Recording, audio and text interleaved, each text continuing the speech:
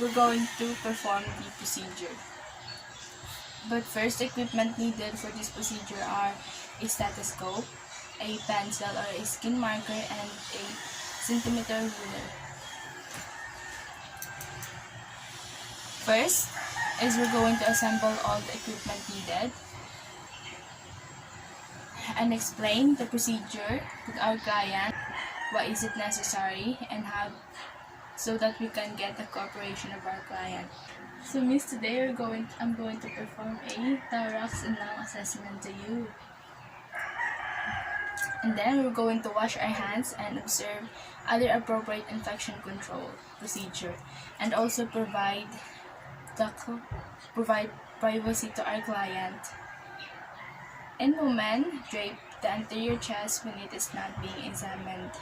And also, we're going to determine our client's history of the following. Miss, do you have a family history of illness, including cancer? Wala. How about allergies? Wala. Tuberculosis? None. Smoking and occupational hazard? Any medication being taken? Wala.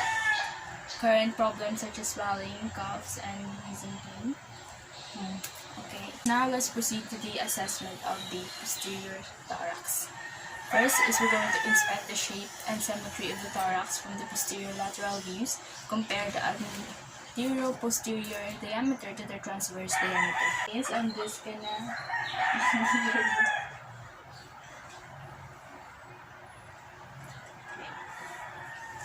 the anterior-posterior diameter to the transverse diameter is in ratio 1:2. The chest is symmetric. Now we're going to inspect the spinal alignment for deformities. For the spine alignment, it is vertically aligned. To assess for lateral deviation of the spine or scoliosis, we will observe the standing client from the rear, have the client forward at the waist, and observe from behind. Miss, could you please stand up? Slightly forward. Okay, you can sit down now.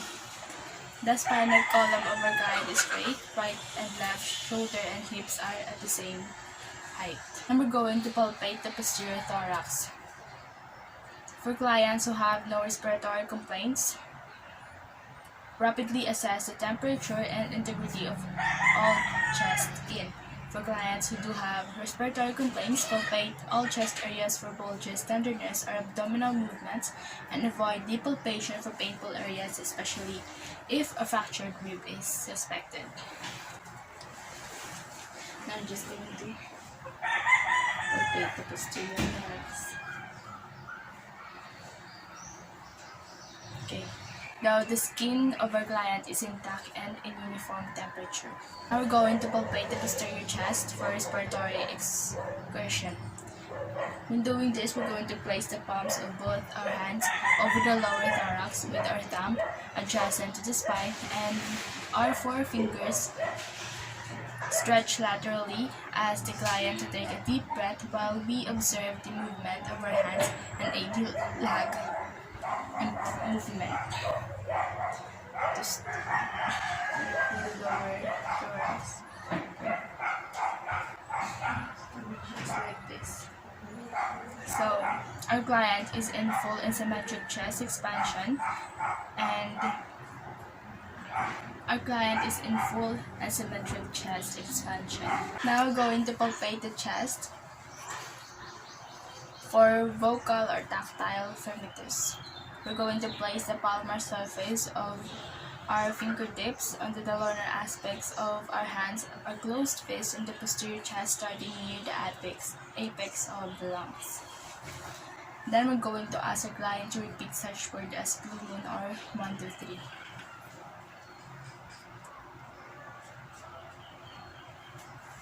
Now we're going to do it. Miss, could you repeat 1, 2, 3? Okay. 1, 2, 3. 1, 2, 3. 1, 2, 3. 1, 2, 3. 1, 2, 3. 1, 2, 3. 1, 2, 3. 1, 2, 3. 1, 2, 3. Okay.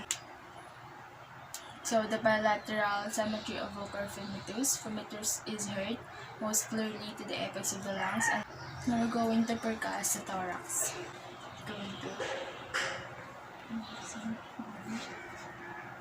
percuss the thorax.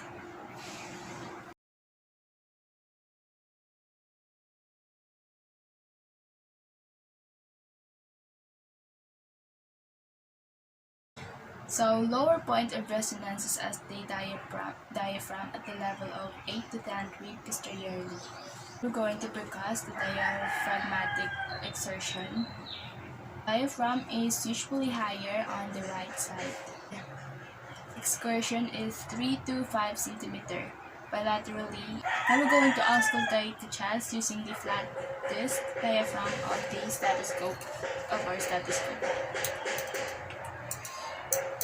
We're going to use the sigmatic zigzag procedure used in percussion, and ask our client to take a slow deep breath through the mouth. We're going to listen at each point to the breath sound during complete inspiration and expiration. Could you breathe for me, please?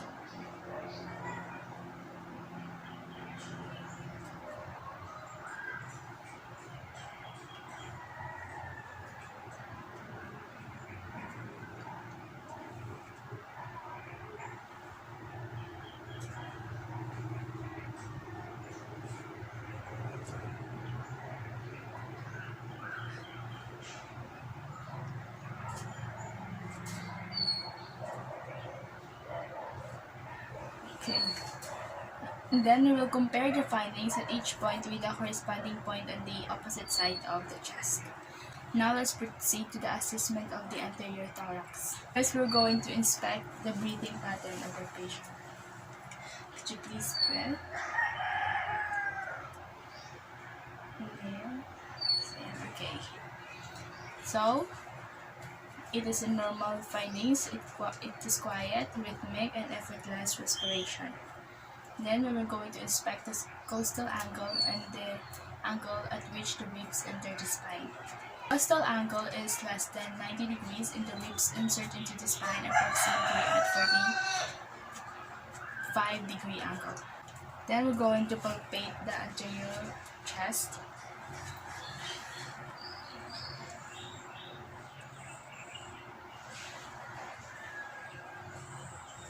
Okay. Skin is intact and uniform temperature. Chest wall is intact and no tenderness or masses. Then we're going to palpate the anterior chest for respiratory excursion. We're going to place the palms of our hands on the lower thorax with our fingers laterally along the lower rib cage, and our thumbs along the costal margins. Please,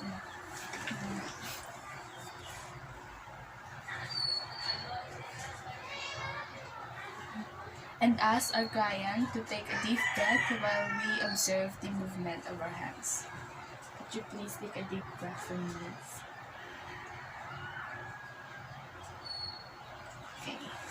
It is in full symmetry, excursion, and our thumb separate up to 3 to 5 cm. Now we're going to palpate the tactile fermenters in the same manner as for the posterior chest.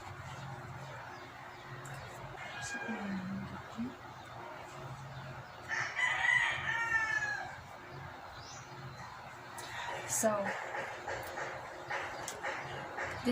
it is the same as posterior fermenters, and it is normally decreased over heart and breast tissue. Going to percuss the anterior chest systematically.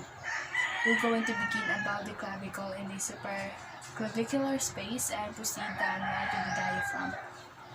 Start from this.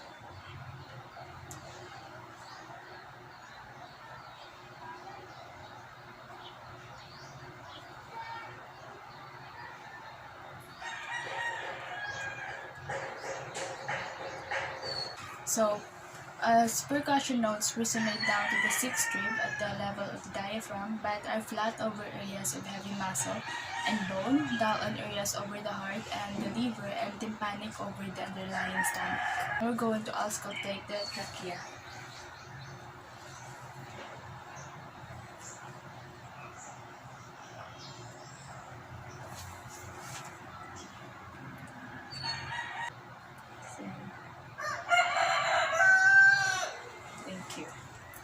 The bronchial and tubular breath sounds is at normal rate.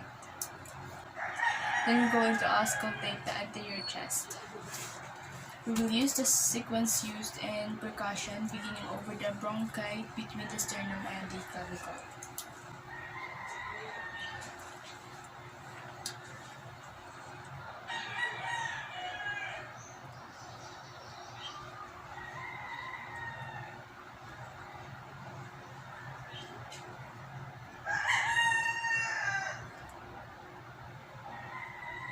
Okay. The bronchovascular and vascular breath sounds. Then, after the procedure, we will do aftercare to our patient if unable to help save or ask our patient to do aftercare if able. We will ensure that the patient is on a comfortable position. Miss, are you comfortable? Yes. Okay, thank you. And then we will do a hand hygiene and document findings to our patient's record. That's all, thank you.